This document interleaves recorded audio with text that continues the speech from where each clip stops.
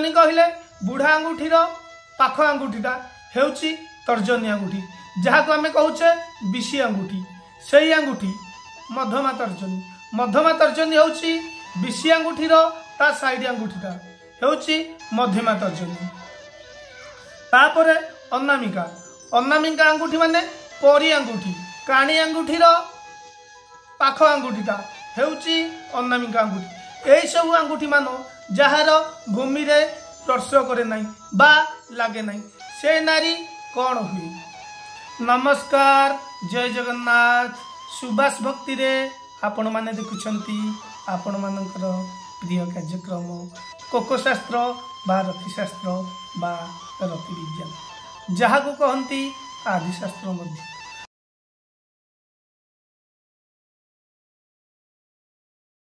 मु विषय उपस्थापना करुची आपण मानकर प्रिय सुभाष। कोको शास्त्र रे कौन लिखा अछि आसंतु आबे जानिबा।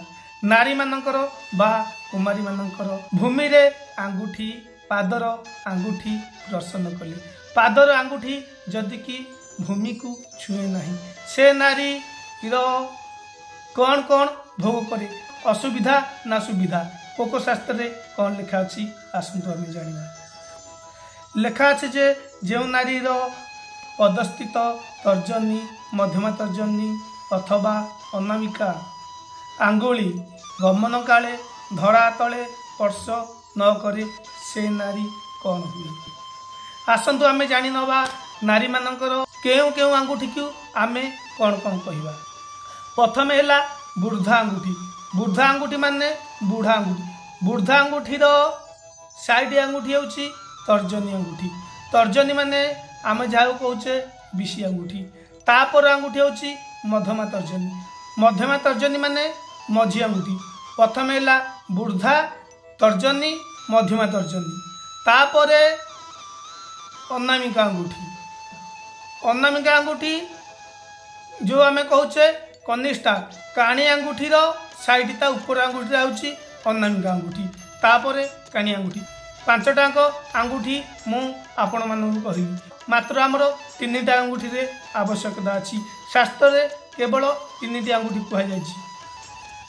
बुर्धा आंगुठी एवं काणी आंगुठी को काटी दियो, मझिरे जो 3टी आंगुठी रहिला तर्जनी मध्यमा तर्जनी अनामिका, एई 3टी आंगुठी जदि भूमि रे स्पर्श न करे, से कुमारी बा नारी दुखी नहीं हुए एवं तार पुत्र जन्मित पुत्र कौन हुए। शास्त्र रे कौन लिखा अछि आसंतु आम श्लोक माध्यम जानिबा। शास्त्र रे लिखा अछि तर्जनी मध्यमा नामा धरा न पश्यत जदि दुखिनी स्या भवेत वर्ष भिक्षाया जीवती ध्रुव। ध्रुव हेउछि सत्य। ध्रुववाणी, ध्रुववाणी माने सत्यवाणी। यार ओडियार अनुवादित अर्थ है जो नारीर पदस्थित तर्जनी मध्यमा तर्जनी अनामिका आंगुली गमन काल रे धरातल स्पर्श न करी। यह तो मु प्रथमरू आपण मानू कहली केउ पादर केउ आंगुठी कौन कौन, से आंगुठी जदि धरा बा पृथ्वी रे स्पर्श न करी, से दुखिनी हुए, अर्थात से दुखरे जीवन अतिबाहित करी। एवं ताठारु जन्मित पुत्र हेउची ताहार संतान संतति भिक्षा करी जीवन अतिबाहित करती। यह शास्त्र लिखा है। जो नारीर आंगुठी भूमि रे स्पर्श न करे 3टी आंगुठी, से नारीर पुत्र माने जीवन सारा भिक्षावृत्ति करती।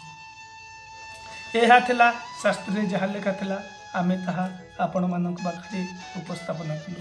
ए हेउची बहुत पुरातन शास्त्र जहाँ शिव पार्वती कही एवं नागार्जुन नामक महर्षि तुंडी नामक महर्षि तांकर प्रिय शिष्य थिले।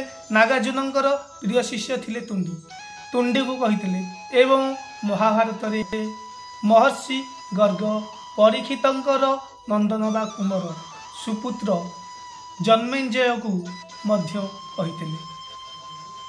जदि एहीपरि वीडियो आपण माने देखिबाकू आम चैनल चाहते फटाफट जाई कमेंट लाइक शेयर सब्सक्राइब कर दिंतु। रहुची नमस्कार जय जय।